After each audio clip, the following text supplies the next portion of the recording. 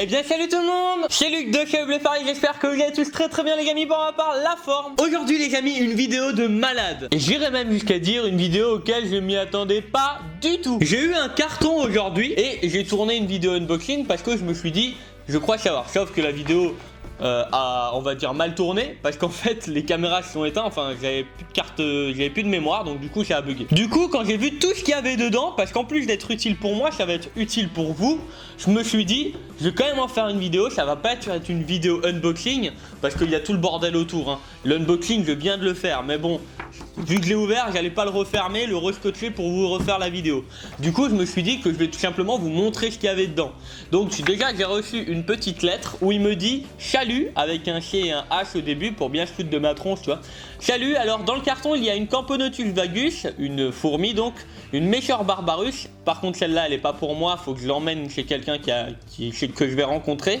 Une boîte magique et un petit truc tout au fond. Du coup dedans ce que j'ai eu donc une Mechor barbarus, donc c'est une fourmi, d'accord. Donc celle-là elle sera pas pour moi par contre. J'ai eu une Camponotus vagus qui est bien pour moi. Voilà, donc elle est juste ici. Donc vous allez avoir des vidéos dessus grâce à lui. Dedans j'ai eu un énorme magazine bouquin sur les fourmis. Parce que bien sûr moi j'ai encore plein de trucs à apprendre sur les fourmis.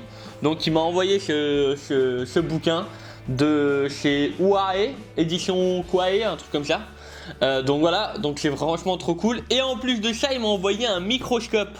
Un microscope pour que je puisse vous faire des vidéos. Donc c'est un microscope qu'on peut me retransmettre informatiquement afin de vous faire des vidéos sur des trucs microscopiques comme par exemple les artémias qu'on avait vu, les petites fourmis, enfin vraiment tout analysé dans les boîtes, tout ça. Donc c'est tout simplement ouf. Et en plus il m'a donné une petite clé USB. Donc justement elle est déjà sur l'ordinateur vu que j'ai regardé ce qu'il y avait dedans. Alors n'essayez pas de m'envoyer des clés USB à l'arrache. La clé USB je l'ai fait passer d'abord sous un antivirus qui n'est même pas sur mon ordinateur. Informatiquement je suis pas mauvais, donc d'abord je vérifie que la clé USB ne comporte aucun truc dangereux parce que sinon ça le fait pas quoi. Et donc sur cette clé USB il y avait plein de vidéos que lui il a tourné pendant son échimage pour vous expliquer comment il a fait pour récupérer et surtout pour récolter entre guillemets les fourmis sans les déranger dans leur environnement naturel. Il vous explique comment faire, il répond également à plein de vos questions. Alors ça pourrait être une vidéo que je fais moi.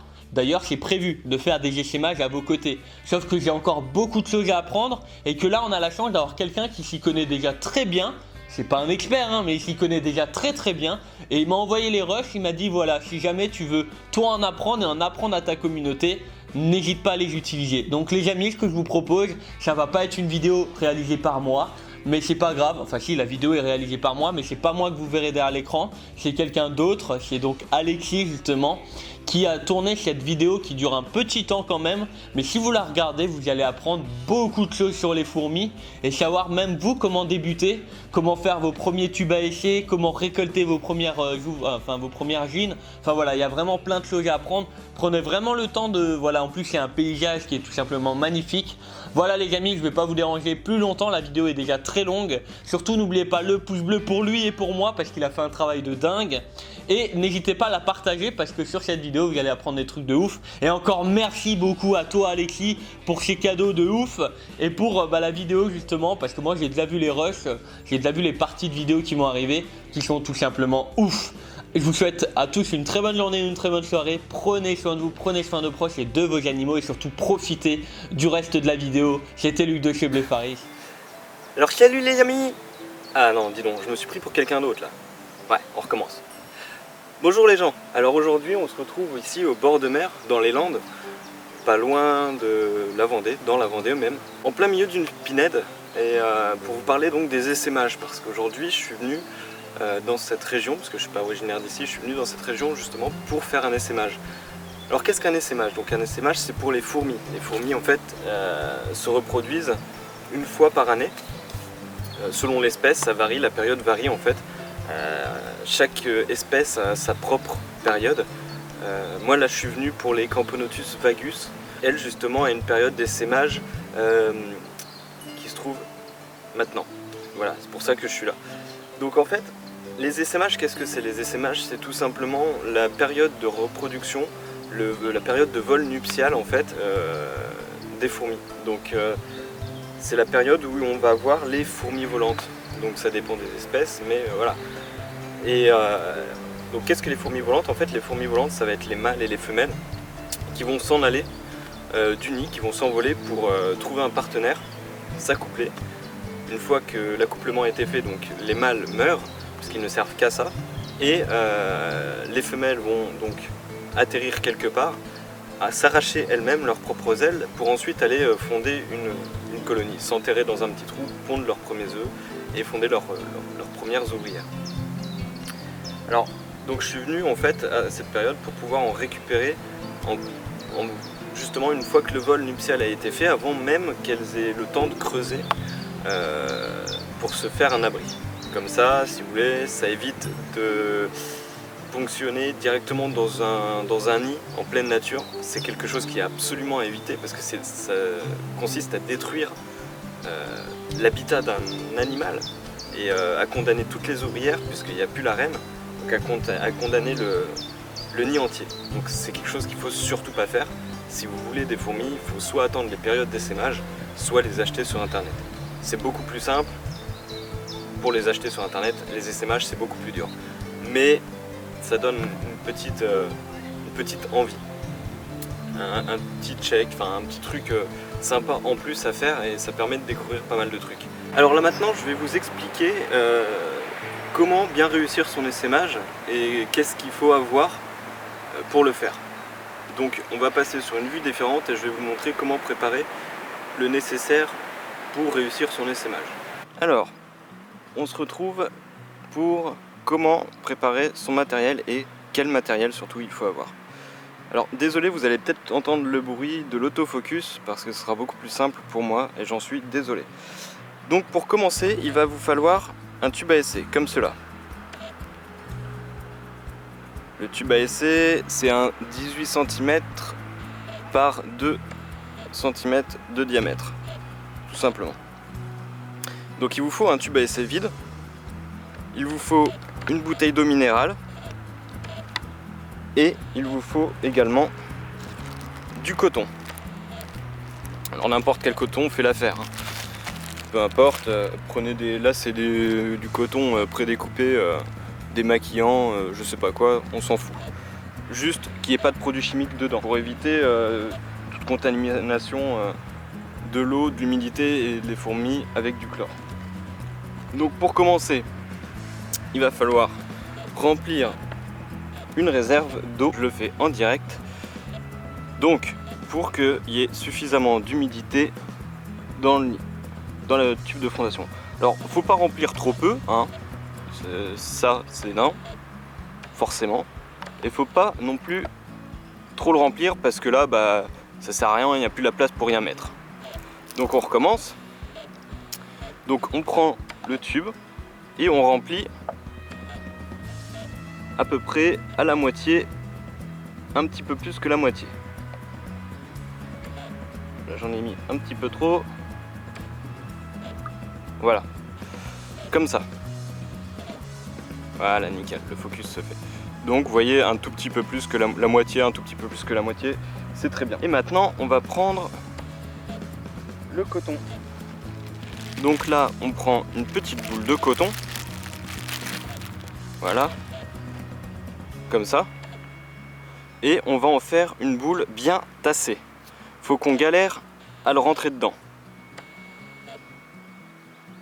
On tasse le coton comme ceci et on le pousse de force à l'intérieur du tube à essai. Voilà.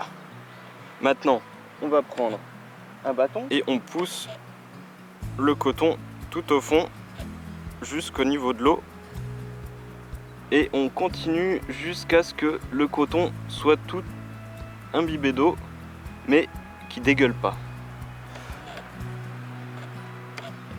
Voilà, j'espère qu'on verra bien la caméra.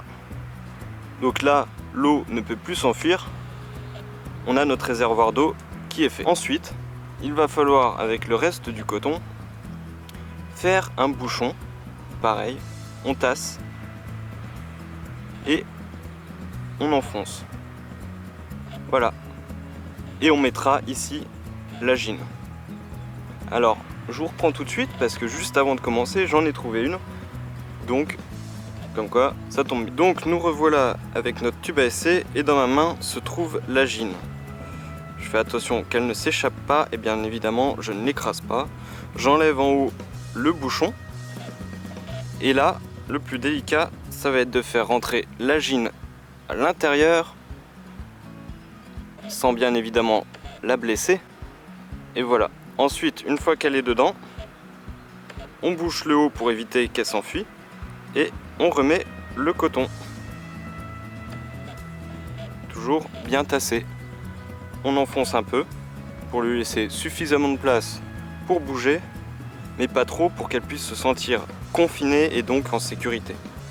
Maintenant que la gine se trouve dans le tube à essai, il faudra par la suite la mettre dans un endroit tempéré, à bonne température, une température qui convient au développement de la colonie en question, et dans le noir, pour qu'elle puisse se développer sans stress dû à la lumière, et dans un endroit sans vibration, et si possible sans qu'il y ait trop de bruit. Donc si vous avez des enfants, évitez de le mettre dans le placard de la chambre de vos enfants, évidemment. Comment reconnaître une gine? On peut voir en plein centre de l'écran son thorax, et derrière le gastre. Alors sur le thorax, tout en haut du thorax, on voit deux cicatrices. Et ces cicatrices sont l'endroit où se trouvaient les ailes. Donc les ailes qu'elle s'est elle-même arrachées une fois qu'elle a été fécondée. Quand elle est une princesse, elle a des ailes pour pouvoir s'envoler, trouver des mâles et se faire féconder. Une fois qu'elle est fécondée, elle s'arrache ses ailes. Donc si vous trouvez des gines qui n'ont pas d'ailes, ça veut dire qu'elles ont été fécondées, vous pouvez les récupérer. Si vous trouvez des gines qui ont encore leurs ailes, je vous conseille de la laisser pour qu'elle puisse trouver un mâle et se faire féconder.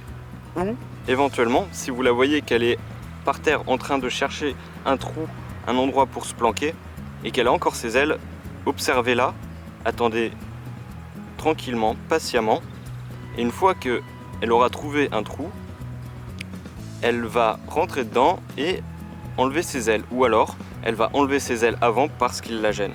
Voilà, donc je vous ai montré comment faire pour bien réussir à garder une gine, enfin à récupérer des gines. Alors maintenant je me suis dit, vu que j'allais faire une vidéo, je me suis dit pourquoi pas répondre à des questions que potentiellement des gens pouvaient se demander, se poser du moins, sur les essaimages. Alors du coup j'ai été sur le Discord de Luc, du coup je leur ai demandé si eux ils avaient des questions en rapport avec les essaimages et si oui qu'ils me les posent pour que je puisse répondre en vidéo. Donc j'ai pris quelques notes sur mon téléphone, alors je vais vous répondre sur ces questions. Donc premièrement il m'avait demandé qu'est-ce qu'un essaimage, donc ça j'ai répondu tout à l'heure. Les périodes d'essaimage, combien de temps, enfin c'est tous les combien de temps, etc. Alors les périodes d'essaimage ça varie en fonction des espèces. Donc chaque espèce a une période différente. Une Camponotus n'aura pas forcément la même période d'essaimage qu'une Messor barbarus par exemple. Ensuite il faut savoir que les périodes d'essaimage c'est dans une fourchette d'environ 2 mois. Pour ça il faut qu'il y ait les bonnes températures, les températures optimales, les conditions météorologiques optimales en fait. Il faut qu'il ait plu la veille ou 3 jours avant, entre la veille et 3 jours avant, une bonne pluie ou une pluie fine mais qui a duré très longtemps. Il faut qu'il y ait une humidité qui soit assez haute. Après ça varie en fonction des espèces, mais c'est en moyenne ça tourne autour des 60% d'humidité, voire un peu plus. Il faut aussi qu'il fasse chaud le plus possible. Après ça varie aussi en fonction des espèces, donc c'est pareil, il faut savoir quelle espèce vous cherchez. Ça varie aussi en fonction du vent, il ne faut pas qu'il y ait énormément de vent, parce que les fourmis à la base ne sont pas forcément faites pour voler, c'est-à-dire qu'elles volent juste une fois et c'est marre. Donc du coup, forcément, il ne faut pas qu'il y ait 100 km/h de vent, hein, c'est sûr, même 30 km/h de vent c'est mort. C'est comme si vous mettez un bébé... Vous venez d'apprendre à marcher à un bébé, vous le foutez à contre-courant dans un torrent et vous lui demandez de le remonter. Forcément, il va en chier. Donc là, c'est pareil. Il faut qu'il y ait le minimum de vent possible pour qu'elles puissent s'envoler et faire leur vol nuptial dans les meilleures conditions possibles. Voilà, après, beaucoup de conditions varient en fonction des espèces, notamment la température, la la période, la fourchette de mois et l'humidité. Mais ça, c'est le seul point qui varie. Mais en règle générale, toujours il faut qu'il ait plu avant. Ça c'est quasiment tout le temps. Il faut qu'il fasse beau le plus de soleil possible pour donner envie de sortir en fait. Ça donne pas mal de petits points à savoir. Voilà. Ensuite, donc une autre question. Comment reconnaître une gyne d'une autre fourmi? Alors du coup, j'ai répondu un peu à la question juste avant. Déjà par rapport au thorax et aux ailes.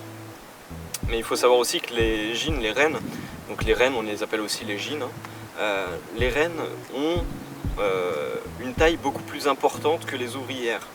Après il existe certaines espèces, comme là par exemple sur les Camponotus vagus, où certaines ouvrières sont presque de la même taille que les gynes. Seulement ils ont des différences morphologiques, c'est-à-dire que par exemple les reines vont avoir un gastre beaucoup plus gros, 2 à 3 fois plus gros qu'une ouvrière normale. Donc le gastre c'est le cul de la fourmi, hein, parler vulgairement. Idem, elles vont avoir normalement un thorax qui va être un peu plus grand, un peu plus long et surtout beaucoup plus haut et volumineux, puisque en fait il fallait qu'il y ait la place pour toute la musculature des ailes, que les autres fourmis n'ont pas besoin. Voilà. Comment et qu'est-ce que le miella? Donc là c'est une question un peu plus générale. Alors le miella, qu'est-ce que c'est? À la base, le miella c'est les déjections des pucerons. Donc certaines fourmis en fait élèvent des pucerons pour se nourrir de leurs déjections, puisqu'il faut savoir que les pucerons mangent à longueur de journée la sève des végétaux, donc c'est un liquide qui est très sucré de base, et donc forcément elles vont faire un caca qui est très sucré et qui est très nutritif pour les fourmis. C'est comme si par exemple on mettait une vache dans un champ de sucre et qu'elle nous chiait des marshmallows, c'est pareil. Voilà, donc du coup c'est ça le miella. Et après certaines espèces en ont besoin, d'autres peuvent s'en passer. Comme les Messor barbarus par exemple, les Messor en général peuvent s'en passer puisque ce sont des espèces granivores, mais c'est pas mal de leur en donner de temps en temps pour leur apporter des compléments nutritifs qu'elles peuvent pas forcément trouver en quantité nécessaire dans les graines qu'on leur donne. Voilà, donc comment le faire? Vous trouverez tout un tas de recettes sur internet très facilement. Vous marquez recette pseudo-miella, vous mettez bien pseudo-miella avant, vous trouverez facilement. Par rapport à la lumière, c'est vrai, pour un essaimage, donc là moi j'en ai pas eu besoin parce que l'essaimage s'est fait en plein après-midi, en pleine journée, mais certaines espèces font leurs essaimages plus tard dans la soirée, vraiment limite au coucher du soleil. À ce moment-là en fait c'est très important d'avoir une lumière assez puissante, la plus puissante possible, si vous êtes en pleine nature, en pleine forêt, pour pouvoir en fait les attirer, tout simplement. Ça va leur servir de point de repère, elles vont toutes se réunir vers cet endroit-là et vous aurez beaucoup plus de facilité pour en récolter et pour les observer, les récolter et les réunir, tout simplement. Voilà. Comme tous les insectes volants, notamment, tous les insectes volants sont attirés par la lumière. La nuit, quand les essaimages se font tard le soir, soit en ville, vous pouvez aller au niveau des lampadaires, soit en pleine nature, vous avez votre voiture pas loin, vous mettez les phares de votre voiture, vous attendez un peu, ou alors une lampe, c'est très bien. Une lampe assez puissante, ça marche très bien. Peut-on se faire piquer? Alors oui, effectivement, on peut se faire piquer, mais ça dépend des espèces. En France, il y a très peu d'espèces qui sont urticantes, je veux dire ça comme ça, qui peuvent piquer ou faire mal, entre guillemets. Il y en a certaines qui balancent de l'acide formique, tout simplement, qui jettent de l'acide formique. En fait ça va un petit peu brûler mais vite fait la peau, c'est pas méchant, c'est dérangeant mais c'est pas méchant, ça risque pas grand chose. Il y a certaines espèces par contre qui peuvent piquer, qui peuvent faire très mal, notamment dans les pays genre en Amérique, les fourmis balles de fusil par exemple, ou même les fourmis de feu sont des fourmis qui quand elles piquent font très mal. Plusieurs piqûres, enfin même une piqûre peut produire un choc anaphylactique. Alors le choc anaphylactique, qu'est-ce que c'est? Je ne vais pas vous expliquer. Si vous voulez savoir, je vous conseille une vidéo de Dans ton corps qui explique ça si je me souviens bien. Voilà, les espèces qui piquent ça peut arriver, mais en règle générale ça risque pas grand chose en France, il y en a certaines, mais en règle générale vous êtes au courant avant de faire l'essaimage parce que vous avez pris les informations nécessaires pour faire un essaimage dans les bonnes conditions. Il y a intérêt. Donc voilà, les questions. Si vous avez d'autres questions, vous les mettez dans les commentaires. Je répondrai au maximum que je peux. Il n'y a pas de souci là-dessus. En règle générale, je suis souvent actif sur les commentaires puisque je suis le modérateur de Luc. Donc si vous mettez des conneries, il est possible que ce soit moi qui les supprime, si ça me plaît pas. Et sinon, je réponds dès que je peux répondre. Voilà. Et bien maintenant qu'on a vu tout ça, je vais vous expliquer comment faire pour trouver des gînes en période d'essaimage. Alors, moi, ici, c'est les Camponotus. Donc je vais vous expliquer par rapport aux Camponotus. Il faut que vous trouviez des nids. Donc il faut que vous fassiez un repérage au préalable et que vous trouviez l'entrée de plusieurs nids. Dans un secteur assez restreint, il faut que vous ayez trouvé au moins 2 nids, pour être sûr. Ensuite, une fois que vous avez trouvé ces nids, quand les périodes d'essaimage arrivent, donc dans les premiers jours du premier mois de la période d'essaimage, il faut que vous regardiez l'entrée des nids, que vous observiez bien s'il y a des sexués. Les sexués, vous les reconnaîtrez parce qu'elles ont des ailes. Donc les mâles et les femelles auront des ailes. Ce seront les seuls qui auront des ailes. Et vous pouvez les voir de temps en temps à l'entrée du nid, s'il fait beau, parce qu'elles sont en train de se réchauffer. Une fois que vous avez fait ça, arrivé le jour propice de l'essaimage, vous devriez regarder à l'entrée des nids s'il y a énormément d'activité, enfin plus que d'habitude. Si c'est le cas, ça veut dire que la sortie, l'envol est pour bientôt. Il faut connaître l'espèce, c'est-à-dire que pour les Camponotus, il faut savoir quels endroits elles apprécient.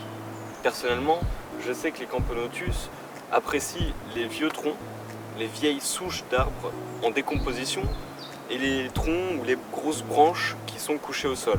Comme on peut voir juste derrière, oula. Tout ça, c'est un environnement très propice pour elles.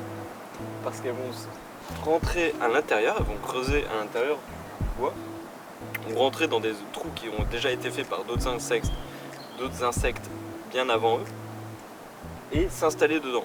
Ensuite, elles vont creuser tout autour et dans les racines des souches pour pouvoir agrandir leur nid et avoir une structure assez résistante et qui garde bien l'humidité sans trop la garder.